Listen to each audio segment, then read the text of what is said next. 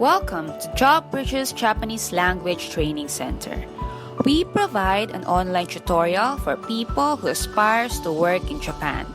Before we start, don't forget to like and subscribe to our channel to keep you updated on our lessons to help you master Japanese language in no time. Konnichiwa minasan! Welcome back to Job Bridges Japanese Language video tutorial. And in lesson 25, we'll be discussing about conditional sentence patterns, of course, in Japanese language. Are you ready? Let's start.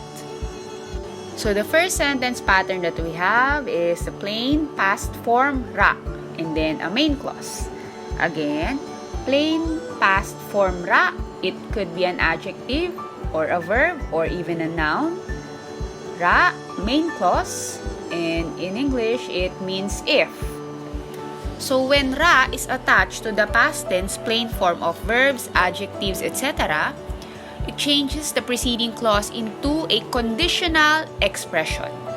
When a speaker wants to state his opinion, situation, request, etc. in the conditional, this pattern is used. Again, used when speaking or stating a conditional expression. Examples: Okane ga attara ryoko shimasu. Again, okane ga attara ryoko shimasu. Or, if I had money, I would travel. So, the condition in this sentence is if the speaker had money, or in Nihongo, okane ga attara ryoko shimasu. So, the plain past form of arimasu is atta, and then we add ra, making it a conditional sentence. Now, next example. Jikan ga nakattara terebi o mimasen. Again, jikan ga nakattara terebi o mimasen. If I don't have time, I will not watch TV. Now, in this sentence, the condition is that if he doesn't have time, and then the main clause is he will not watch TV, or the speaker will not watch TV. So in Japanese, the conditional sentence here is the jikan ga nakattara, using the plain past form of nai, which is nakatta, and then adding ra, making it jikan ga nakattara. And then the main clause stating that the speaker will not watch TV or terebi o mimasen. Wakatta minasan? So here are the other examples of using the sentence pattern plain past form ra and then main clause stating if or making conditional sentences. Yasukattara pasokon o kaitai desu. Again, yasukattara pasokon o kaitai desu. If it's inexpensive, I want to buy a personal computer. Now in this sentence, the condition is if it is expensive, the speaker wants to buy a personal computer. Next example. Hima dattara tetsudatte kudasai. Again, hima dattara tetsudatte kudasai. If you are free, please give me a hand. Now, of course, since we use the plain past form ra with hima, the condition here is if the listener is free, then the speaker is asking for his or her help. Now, last example, we have ii tenki dattara sanpo shimasen ka? Again, ii tenki dattara sanpo shimasen ka? So, if the weather is fine, won't you take a walk with me? And the condition in this sentence is of course is the ii tenki dattara, or if the weather is fine, the speaker is inviting the listener to take a walk. You understand me, minasan? Now, the next sentence pattern for lesson 25 is verb ta form ra, main clause. Again, verb ta form ra, main clause. Or This means when or after. This pattern is used to express that a certain action will be done or a certain situation will appear when a matter, action, or state which is sure to happen in the future has been completed or achieved. The main sentence is always in the present tense. Remember that the main sentence is always in the present tense. Here are the examples. Juji ni nattara dekakemasho.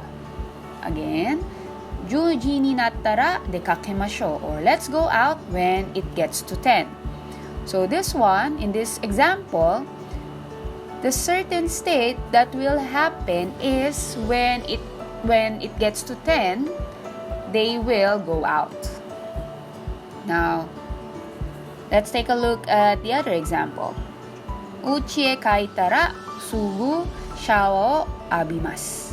Again, uchie kaitara sugu shawa o abimasu.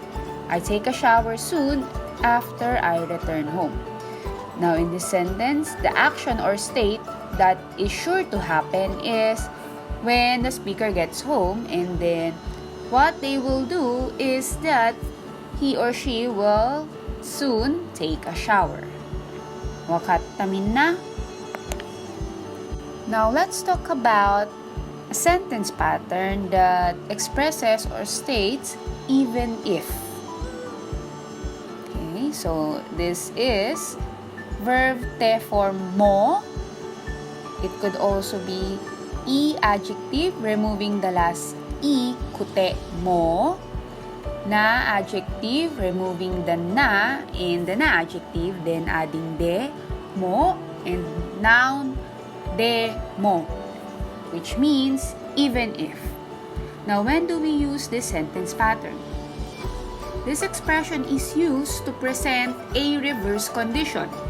Contrary to what we've discussed earlier, the plain past form ra, this expression is used when an action which is expected to be taken or an event which is expected to happen naturally under the given circumstances does not materialize, or a thing turns out in a way opposite to what is socially accepted. Again, this is used when an event which is expected to happen naturally under the given circumstances does not materialize, or when things turn out in a way opposite to what we expect or to what is socially accepted. That's why it is even if in English. So listen to my examples. Ame ga futte mo sentako shimasu. Again, ame ga futte mo sentako shimasu. Even if it rains, I'll do the laundry. Now, in this sentence, the event which is expected to happen is that it will rain. And then the speaker says that even if it will rain, okay, he or she will do the laundry, which is opposite to what is socially accepted. Because ideally, when it rains, people would postpone their laundry, right? But the speaker says that even if it rains, he or she will do the laundry. That's why we have to use the futte mo in this sentence pattern. So making it ame ga futte mo sentako shimasu. Now let's use this sentence pattern in an e adjective. Yasukote mo watashi wa grupu ryoko ga kirai desu. Again, yasukote mo watashi wa grupu ryoko ga kirai desu. Even if group tours are cheap, I don't like them.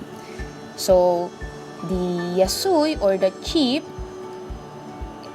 in this sentence is transformed into yasukote mo.